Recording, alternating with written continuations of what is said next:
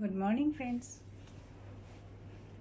আজকে মিষ্টি সকাল, খুব সুন্দর সকাল, রোদ্দুর ঝলমল করছে।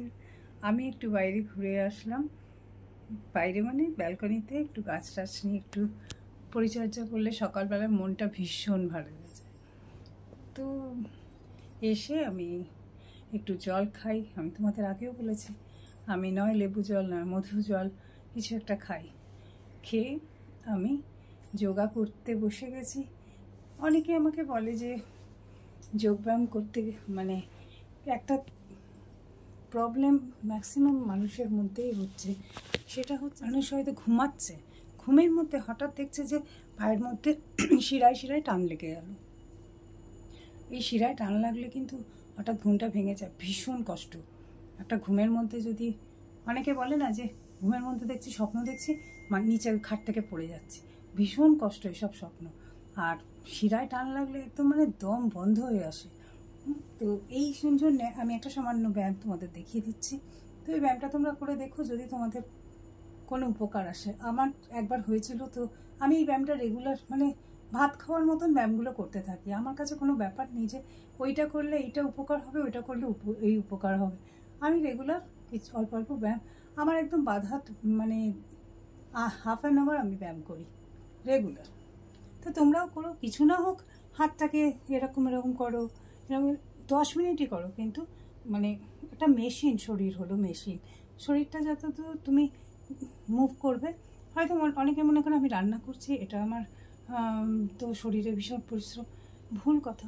পুরো প্রপার শরীরটাকে চালনা করতে হবে। একটা দিন দেখবে যে সকালবেলা উঠে একটু ব্যায়ামটা না করতে পারলে, যেমন খিদে পেলে না খেলে যেমন শরীরে খিদে পায়, সে মানে একটা অস্বস্তি, সেই রকমই ব্যায়ামটাও সেরকম হয়ে যায়। তো চলো আমি তোমাদের দেখিয়ে দিচ্ছি। এটা হলো পা দুটো তোমরা প্রথমে স্ট্রেট করে বসবে, এই যে স্ট্রেট করে বসবে, এইরকম করে পাটাকে কাছে টানবে আগে, যতটা পারো পাটাকে এদিকে মুভ করবে, আবার ছাড়বে। তারপরে সেকেন্ড হলো এই যে কাপ মাসেলটা আছে, এইটা 1 2 3 4 5 এরকম করবে, আবার 1 2 3 4 5 করে 20 মিনিট 20 টাইমস এরকম করে দুটো পায়েরই কিন্তু করবে। আমি যা বলছি একটা পায়ে দেখাচ্ছি ঠিকই, কিন্তু দুটো পায়েরই করবে করে মানে এটাকে একটা এক্সারসাইজ। তারপরে তোমরা একটা টাওয়েলকে ভাঁজ করবে, যদি এটা দেখো যে এতে না কমছে তাহলে একটা টাওয়েলকে ভাঁজ করবে, করে গরম শেক নিয়ে এই যে জায়গায় শিরাটার প্রবলেম হচ্ছে ওই জায়গাটাতে শেক দেবে। যদি এই দুটোতে করে যদি না কমে করে দেখো, আমার মনে হয় আশা করি তোমাদের নিশ্চয়ই উপকার পাবে। আর উপকার পেলে অবশ্যই আমাকে জানিও। তো চলো আজকে সারাদিনের মতন ডিউটি শুরু করে দিই। এখন সকালবেলায় হয়ে গেল সব ব্রেকফাস্ট, এখন একবার সব মুছে নিই, কারণ আমার যে ঘরদোর মোছামুছি করে সে আসে সন্ধেবেলা। তো আমার তো অনেক কাজ থাকে, পুজো আচ্ছা থাকে, একটু মুছে নিতে হয়ও না। এখন এখানে সব ডাস্টিং করব, একটু ওলট পালট করা আমার স্বভাব।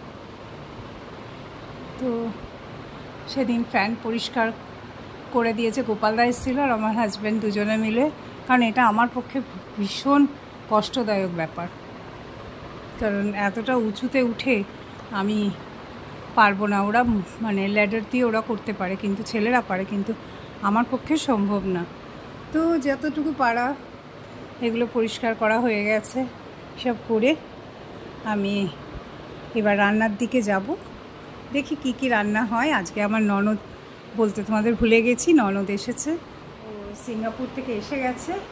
তো আজকে ও আমার এখানে এসে থাকবে আর কালকে ও চলে যাবে।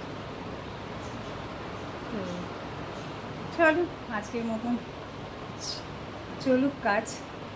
তো অনেক কাজ সকালবেলা থেকে হয়ে গেল, এখন রান্নার দিকে যাই। কি রান্না হবে না হবে, চিকেনটা বানানো হবে। এটা ভালো করে ধুয়ে টুয়ে রেখেছি, এবার চন্দনা এসে যা করার করুক, আমি আর পারছি না, ভীষণ টায়ার্ড হয়ে যাচ্ছি।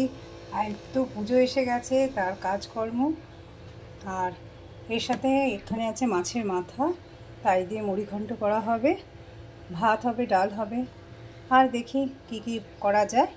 তো এখন এটা একটা জাস্ট দই দিয়ে আমি ম্যারিনেট করে রেখে দেবো। খাওয়া দাওয়া হয়ে গেছে, এখন ফলাহার করব। আমি এই সময় একটু ফল খাই, আমি তোমাদের বলেছি। খেয়ে দিয়ে তারপরে এইটা আমার নিজের টাইম। তো আজকে মিঙ্কের ছুটি ছিল, ও তো থাকছে না, তাই একটু বন্ধুর মানে বাবা মারা গেছে, সেই জন্যে ওরা সবাই মিলে, বন্ধুরা মিলে সেখানে হয়তো যাবে। আর আমি দেখি, আমার ননদ আসবে আজকে, দেখি কি করি ও আসলে। এখন যদি এসে বলে যে কোথাও একটু ঘুরতে ঘুরতে যাবো, যেতেও পারি। এখন ফলাহারটা করি, করে তারপরে দেখা যাক কী করি না করি। এখন বানাবো বিরিয়ানি। তো ভাতটা করে নিয়েছি আর করে রেখেছি, চিকেনটা কষিয়ে নেওয়াটা হচ্ছে। চিকেনটা কিছু না, দই দিয়ে ম্যারিনেট করে রেখেছিলাম, তারপরে যেমন চিকেন কষা বানাই এইভাবেই কষাচ্ছি। শুধু বিরিয়ানির মশলাটা আমি চিকেন কষার মধ্যে দিয়ে বানাবো। আর এদিকে রাইস তো তোমাদের দেখিয়ে দিলাম হয়ে গেছে। চিকেন কষা বানিয়ে এবার বিরিয়ানিটা ঢাকা দেবো, দিয়ে এবার ভাপে।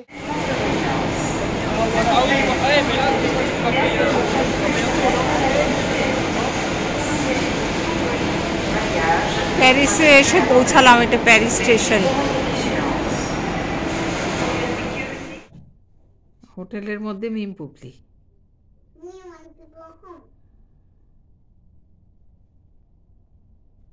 দুষ্টু করছে, একদম দুষ্টু করছে না।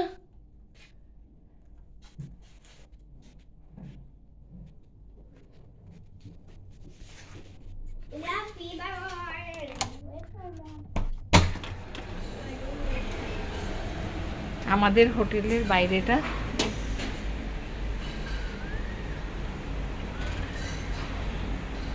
আজকেও ওয়েদার খুব একটা ভালো না। আজকে ওয়েদার ভালো, বৃষ্টি নেই কিন্তু ওয়েদার ভালো না।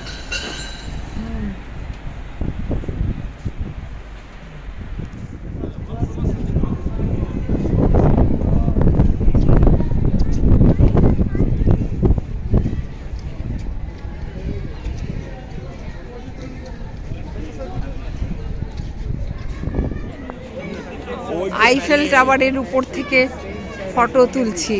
ওরে বাবা, দারুণ লাগছে দেখতে।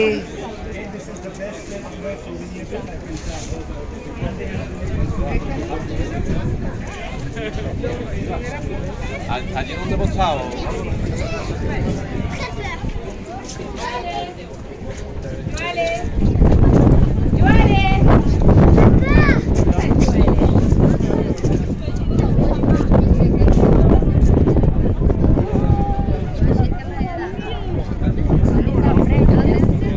এটা একটা অলিম্পিক স্টেডিয়াম দেখা যাচ্ছে, ওপেন স্টেডিয়াম।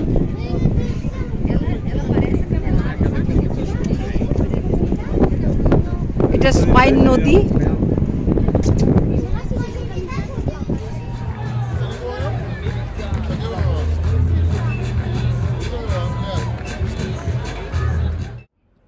ডিনার কমপ্লিট হয়ে গেছে। আজকে ঝটপট একটু বিরিয়ানি বানিয়ে নিলাম, কারণ মিঙ্কের আর মিঙ্কের বাবার মাঝে মাঝেই এই বিরিয়ানিটা খুব লাগে। মানে ওরা এতটাই ভালোবাসে যে আমার সবসময় রেডি রাখতে হয়, যে যখন খুশি ওরা বলে যে বিরিয়ানি খাবো।